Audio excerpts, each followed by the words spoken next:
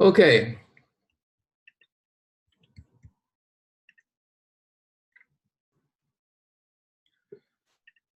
All right. So this one relates to. Can you all hear me? Okay.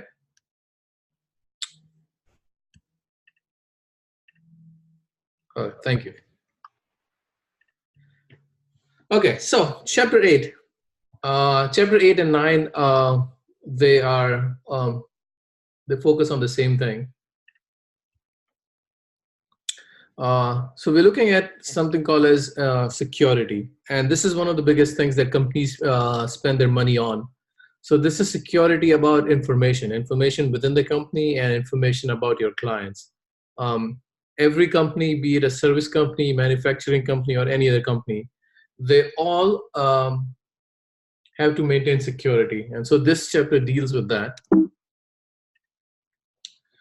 Uh, this framework was given by. Yeah, let me go back. Okay, so this framework is given by law. So this is by the U.S. Congress came up with this framework, and every company that wants to do business online or any kind of business, they need to develop some kind of a framework, and this kind of framework is required. So there are there are 5 components of this one: security, confidentiality, privacy, integrity, and availability. And every company should have all of this in order to do business. It could be exchanging money, getting payments for the money, or selling stuff online. But every company needs to have this. So in this chapter, we will focus on security, and the next chapter we will go on confidentiality and privacy and everything. So what security is about, how to access information and who can access information. This is about people working within the company. So you as an accountant, uh, get access to data that relates only to accounting. You don't need any other information. You don't need personal information about the client, or you don't need information about other departments. All you are required to have access to an accounting data, and which you can manipulate and then provide financial information. So this is, security will only give you permit to use that kind of information. Confidentiality is about information that you need to protect for about your company's. Sorry, I think. So confidentiality is about sensitive information from within the company. For example, Coca-Cola, Pepsi, all these companies have trademarks. Your companies that do IT, companies that do drug manufacturing, they all have sensitive information that they need to protect within the company. So this framework tells you how to do that, how to save information, and who has access to all that. Privacy, on the other hand, is relates more to a person rather than any information of the company. So privacy could be privacy of employees or privacy of people working within the company, also privacy of your customers. So you have to have a framework that provides privacy for all that. Imagine you have credit card information. Imagine you have bank accounts, your emails, Gmail, for example. All these companies need take your private personal information. Just to open a Facebook account, they ask you a lot of information, and that all information is private and personal to you, and that you are giving to somebody else. So a company like that needs to have a policy in place where nobody else can access that information, or they shouldn't be using your information for anything else. Before this law came in, Yahoo and other companies would take your personal information and sell it to online market companies or marketing companies and make money off it. And so there was no law for privacy at that time. Once this law came in, you have to, and they have to tell you if they are going to use your information and sell it to somebody else, and you have to agree or disagree on that. And so, banks were making a lot of money doing that. They were just, you open a bank account, they have all your information, and then they would go and sell it to some other party and make a lot of money out of that. So that relates to privacy. Integrity relates to how good the data is.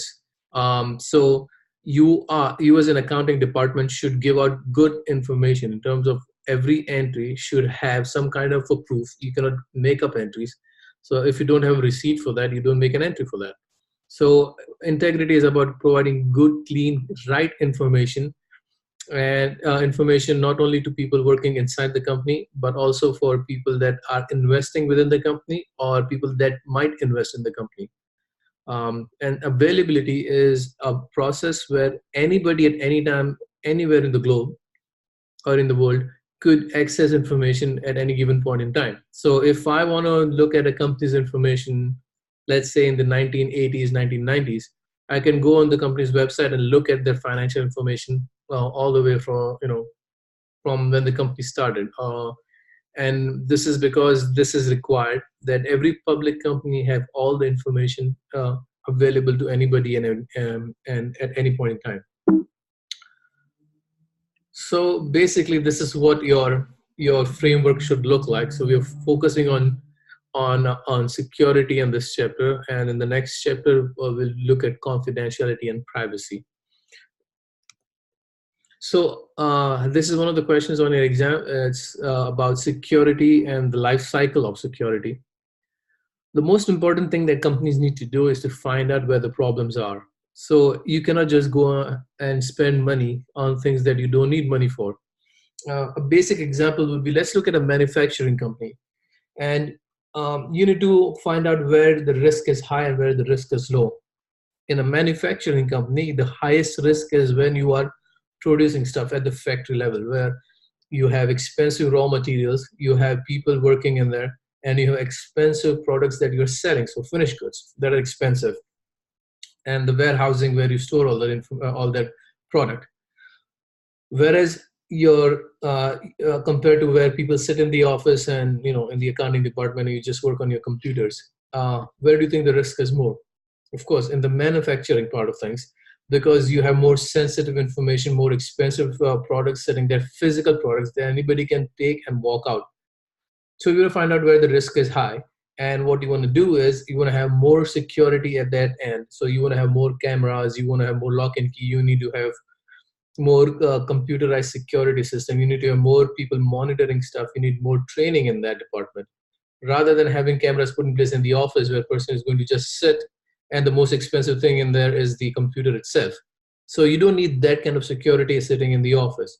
So this is called as a risk management process, and this is part of your security cycle. And as in when you go higher or grow higher in the company, from being an accountant to going to senior and becoming a CFO, your job changes from making journal entries to going into and looking at these risk factors. And so first thing would be to identify where the risk is. And if I give you $1 million and you have to spend that $1 million throughout the company identifying where the risk is high and where the risk is low.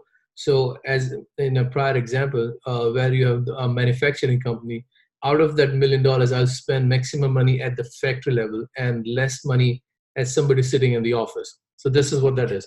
So once you've identified where the problem is, you have to develop and train people. So you have to give them, communicate that policy to everybody. So a new hire gets, when you get hired in the company, you get a new hire notebook or a policy book. And in that, they tell you what the policy of the companies are, the mission statement, the vision statement, the integrity of the company, and what you are required to do. Especially in the accounting department, you have to go through a training process. So the first day when you get hired, you for a week or so, you get an orientation process, and it's very common. In that orientation, they teach you about different security issues within the company that could arise, and then how can you take steps to avoid breaching any of those security issues. So that's developing. Once you know where the problem is, number one, and once you know how to develop that, the third one is to acquire. That means literally put all those policies in place and have any solutions in case any breach happens. For example, when we talked about the hacking issues, you can have the best firewall or antivirus system within the company, but sometimes hacking happens, and so you need to have, that's the biggest threat that companies have right now.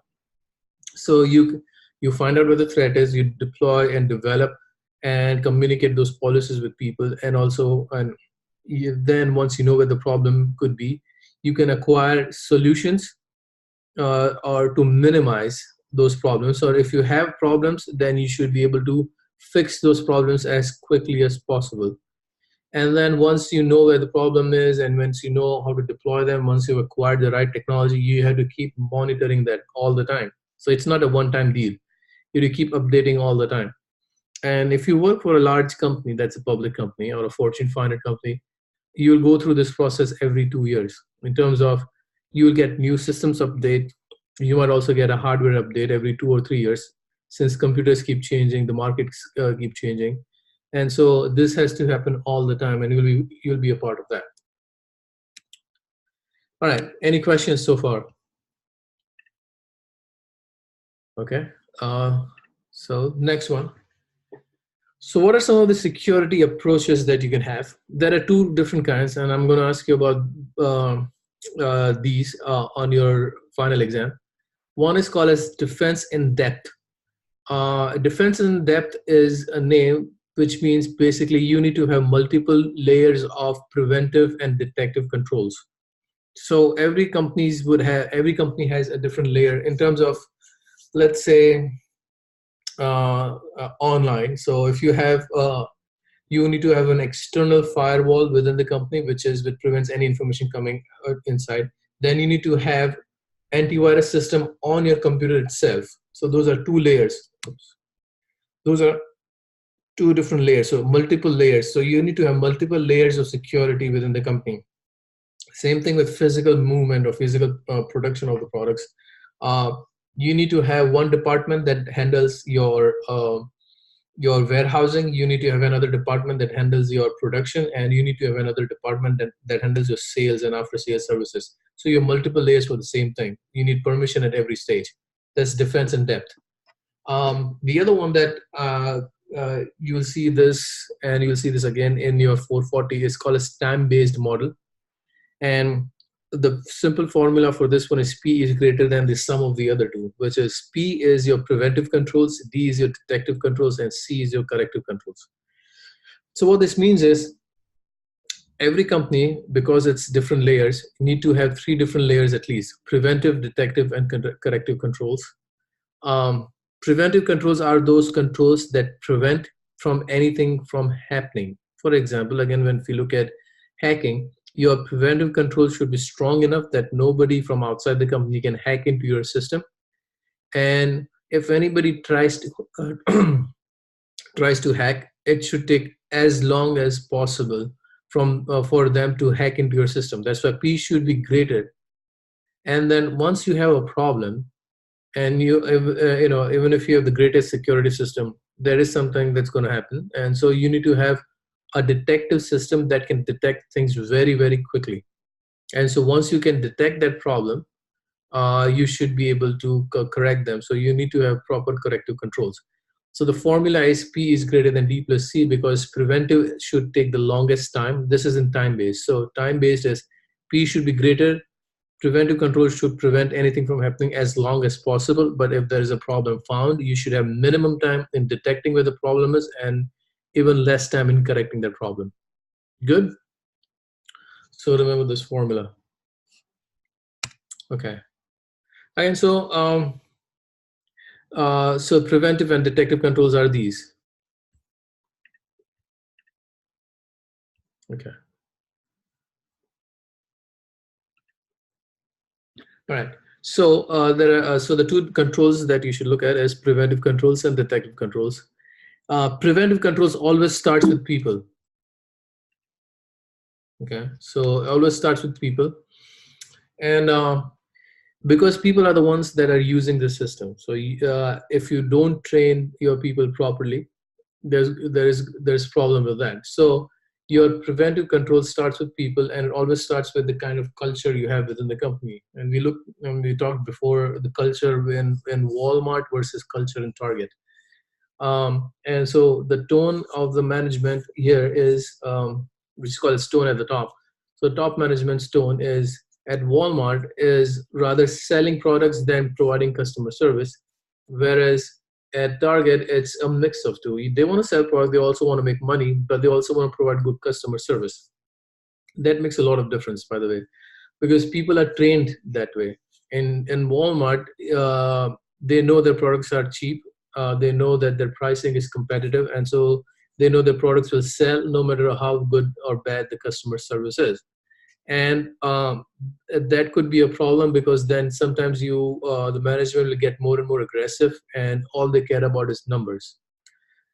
Whereas in Target, their prices are a little higher. Sometimes it's as comparable to Walmart, but the perception is there that Target has higher cost, but they also have good customer service, and that's why you see it's always busy. So again, their service providing is very different than service providing at Walmart. So the training also differs. When we talk about that's physical training. Now, when we talk about logical training, and whenever I say logical, it's all about computers and the software part of it. So this training for computer processing is very important for the people in the accounting department, because you are always on the computer and you're using internal information. So uh, as required, you are not allowed or should never open any emails that you don't know where it's coming from, and any kind of email attachments. This happened to us at CSUSB a month ago, where we were receiving emails. Everybody got that, and if it didn't go to your spam, it came into your inbox, and it looked friendly enough. And then you clicked on it, and it opened up somewhere else. We didn't know what it opened up, but it opened a blank page. Uh, Normally, it was a hacking problem, but CSUSB has a very strong antivirus software which prevented anything from happening.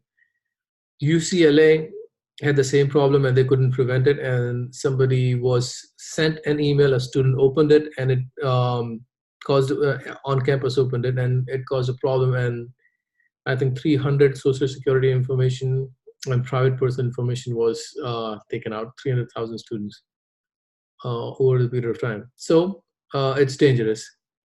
Um, Use only approved software. So this is something that you cannot do. In accounting, you will never update software. You'll never be able to download any software. So this is not a problem. But again, if you are allowed to do that, if you work for a smaller company, please don't use any other software that you don't know of. And the third one, of course, never share your password.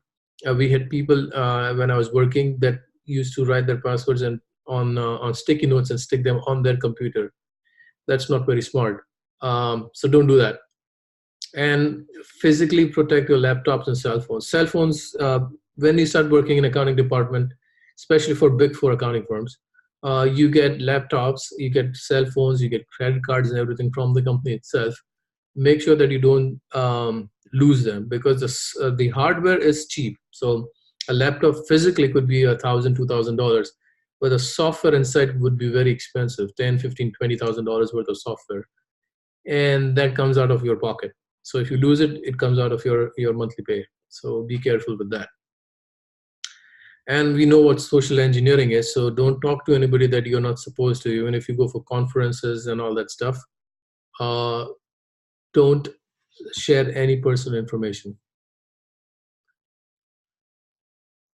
Okay.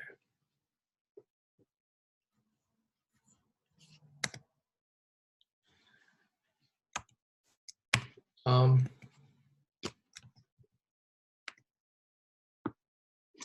all right, so two things that you need to know for your exams are authentication and authorization. So the difference between authentication and the authentication is giving you access to a system. So any good company with a good preventive system, large company that can afford it, will have multiple layers of authentication. That means you have one username and password for logging into the company system. Then your other username and password to log into your own computer. So it will be one username and login for your computer. Then once you log into your computer, it will be a second layer to log into the server itself. And there could be a third layer sometimes to log into a personal file or a file where you're working on and doing accounting for. So those are different levels of authentication. So whenever you see the term authentication, it's a password or an access that allows you to access some information. So that's very, very personal, and everybody has a different username and a different password.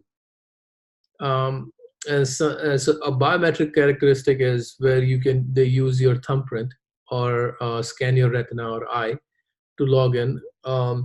And this is normally done at grocery store level, where they no longer have time tickets where you punch in and punch out.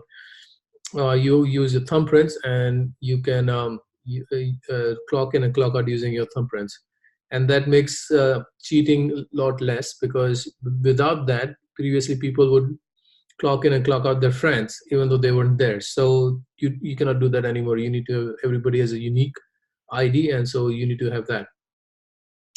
Authorization is how much a person has access to. As I said, as a professor, I only have access to your grades, and any courses that you're taking now, and any courses you might be taking later on. So I'm only authorized to see that information. In the admissions department, they have much more authority, so they can see more information, more personal information, information about your home address, everything else. Your student loans will have some other information, such as your income level, your parents' income level, and all that stuff. They're not authorized to see anything else. I'm not authorized to see all that information. So every department is authorized to see only certain things. In the accounting department, you are only authorized to see accounting information. You don't have access to any other personal information of anybody else. The marketing department has no access to accounting information. So again, you have authentication is just to how you log into the system, and authorization is how much you're authorized to get information about. Again, so these are just some of the software that helps you prevent any kind of thing from happening, any kind of hacking or personal information going out. Encryption is a very, very important software. Everybody uses it. And encryption is a process where what you do is you write an email. You write an email in normal language, in English, and you run a software called as an encryption software. And what it does is it converts your English into something called as a ciphertext, or a machine code language, which nobody can understand. And you send out that information. The person receiving that information has a key called as a decryption key.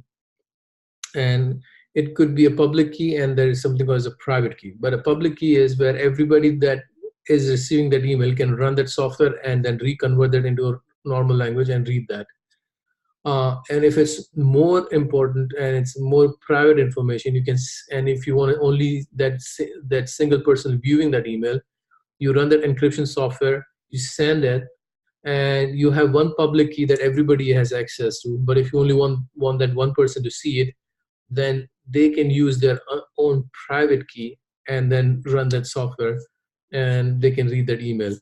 I have used that software when I was working, and it's a very, very important software, especially in accounting, because if you work for a multinational company, you have accounting information coming from all over the world, and you don't want anybody else to read it, because your bank information, your information about somebody's 401ks, your own personal company information, right? So you don't want anybody to know all that information. So when you send and receive that kind of email system, you run a software called as an encryption software, and it prevents anybody else from reading that information. Good? Any questions?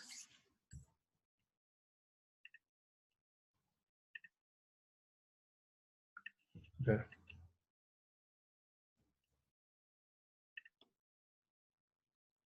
And then you have your physical security of,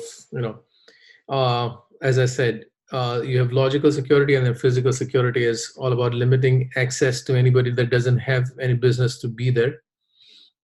And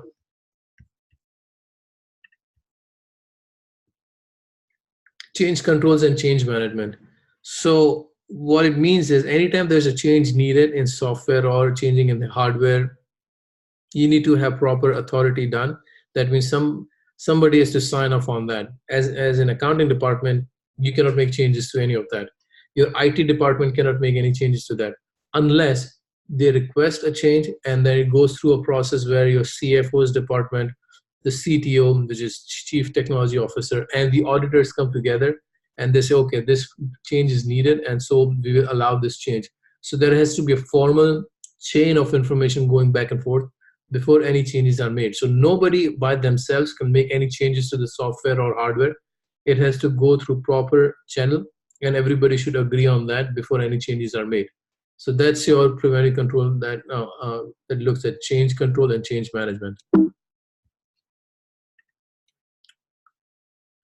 And I don't have a lot of questions on corrective controls because every company is different. But every company should have one team called as a CERT, which is Computer Incidents Response Team. And this is the team that responds to any kind of problem that occurs. So if your computer hangs up and and the problem is you have been hacked, this is the team that will rush in and that will make sure that the problem doesn't get bigger, and they will make sure it's been corrected as quickly as possible. So this team, every company has one. Either it's one or two people in the team, or for a larger company, it could be an entire department. But every company is required to have a CERT team that responds to any kind of issue that happens within the company. All right, any questions?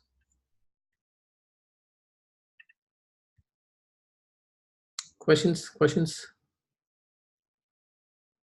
Okay, so now one thing.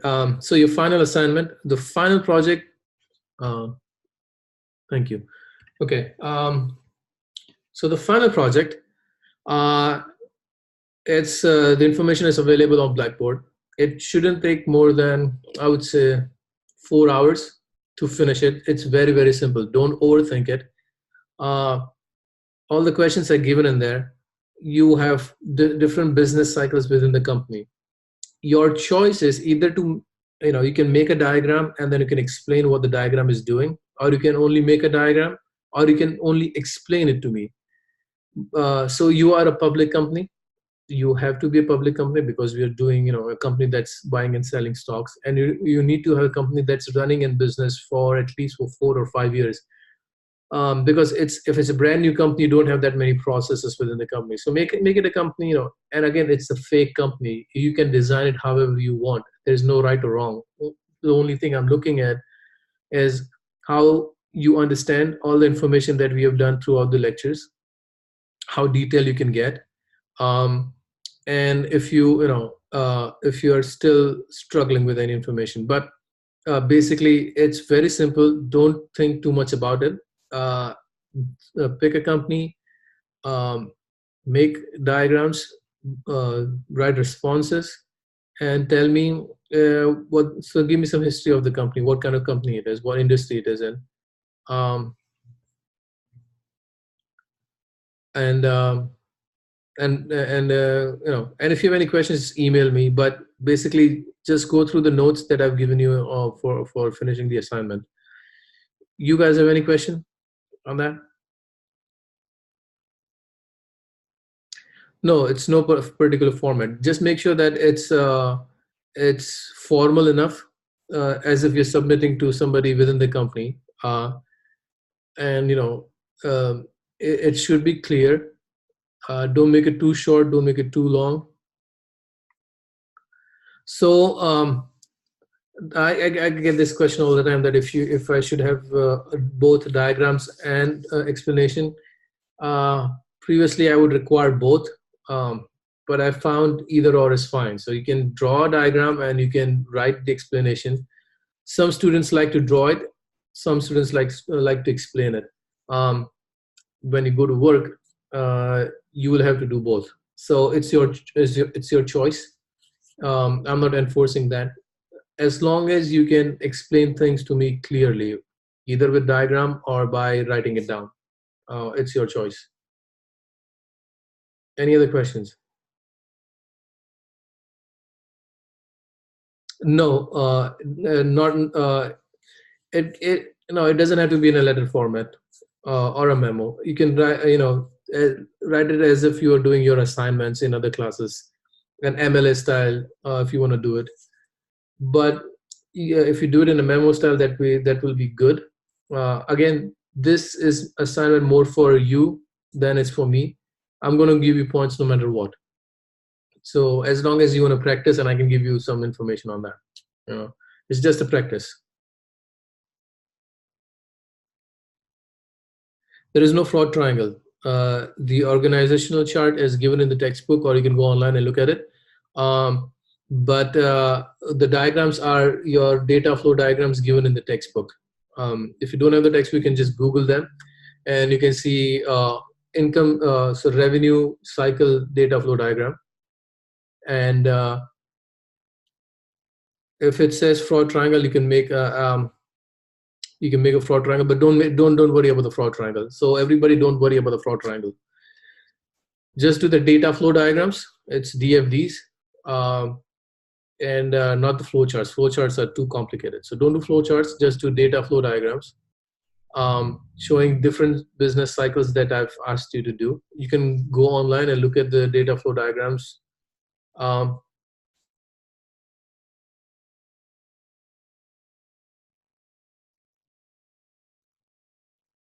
yeah, yeah. Don't do the fraud triangle. Just do the org chart, explain to me what the company is like, and then do the different business cycles. Okay. But if you go online, just don't do copy paste. I don't want that. You can make the diagrams easily. There's a software called Microsoft Visio, which is available on all the computers in the computer lab, or you can do it on Word, Microsoft Word, and you can just do the diagrams. It's pretty simple. And honestly, I used to do it on Word when I was working. The software just came up. So, and software is drag and drop. It's very simple. So you can do that. Again, this is more of a practice for you guys. You will have to do data flow diagrams when you go to work. So get into habit of doing that. And you do a lot of data flow diagrams.